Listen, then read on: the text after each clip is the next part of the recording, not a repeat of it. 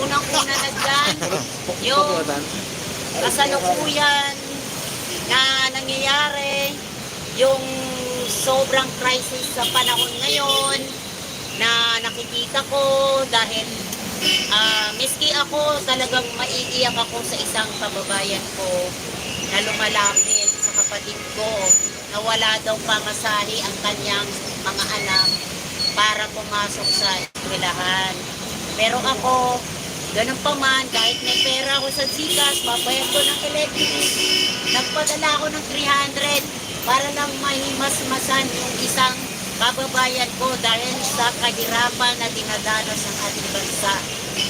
Ngayon, panawagan ko lang po sa lahat ng mga nandyan, sa mga nanonood, sa ating mga vloggers, kung tawagin ay PDS vloggers. Magkaisa po tayo, hindi naman ito Marcos Duterte.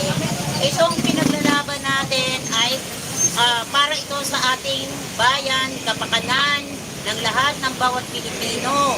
Kailangan natin magkaisa dahil masyado na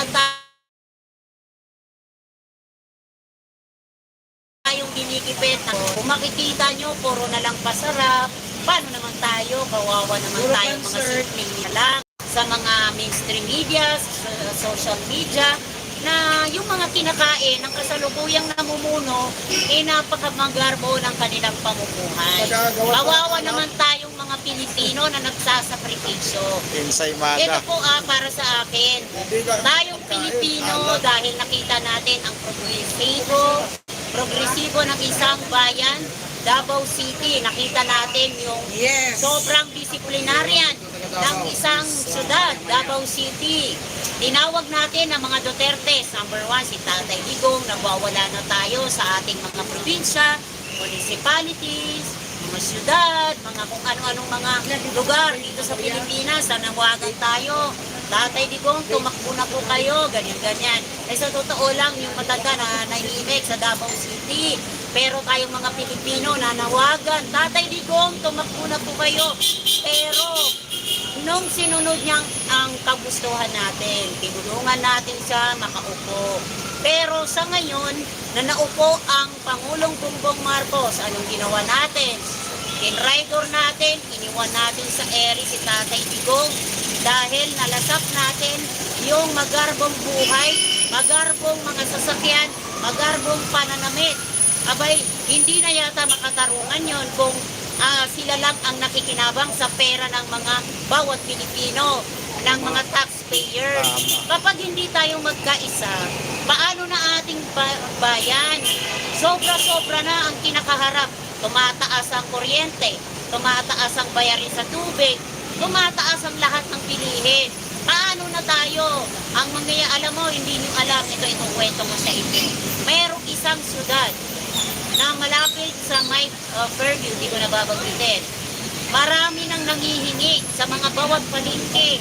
Humihingi ng pera kahit piso, tinatanggap yan. Makakain lang sila. Paano na yan? Yung mga pro-Bongbong Marcos, please naman maawa kayo sa amin. Kayo puro masasarap ang inyong mga buhay. Sumasakay kayo sa magagandang sasakyan, naka-aircon kayo. Pag pumasok kayo sa mga mamahaling restaurant, kumakain kayo ng mga masasarap na buhay. Napaka-unfair naman po kung gano'n. So, okay, meron ba kayong mga katanungan, mga vloggers? Mensahe niyo po kay Bibi Sara, lalo na. Aping-api po siya ngayon. Alam niya na kayang-kayang harapin ang kanilang tamalan. Okay lang daw, basta lang daw na may parating nila yung support nila kay Pipi. Pero alam ko matapos si Pipi dahil nandito tayo, sumusuporta tayo sa kanya. Kahit na wala tayong magarbong buhay, dito sa pinalalagyan natin dito sa EDSA, nakikita naman niya yung suporta ng taong bayan. Yun yung masasabi ko sa kanya. Be strong. Mahal ka ng taong bayan. Takot lang yung mga politiko dyan. Yun lang. Tanong kay emotional So, siya, Ray. Isang Bibi Sara pag-uusapan. Yan ang legit.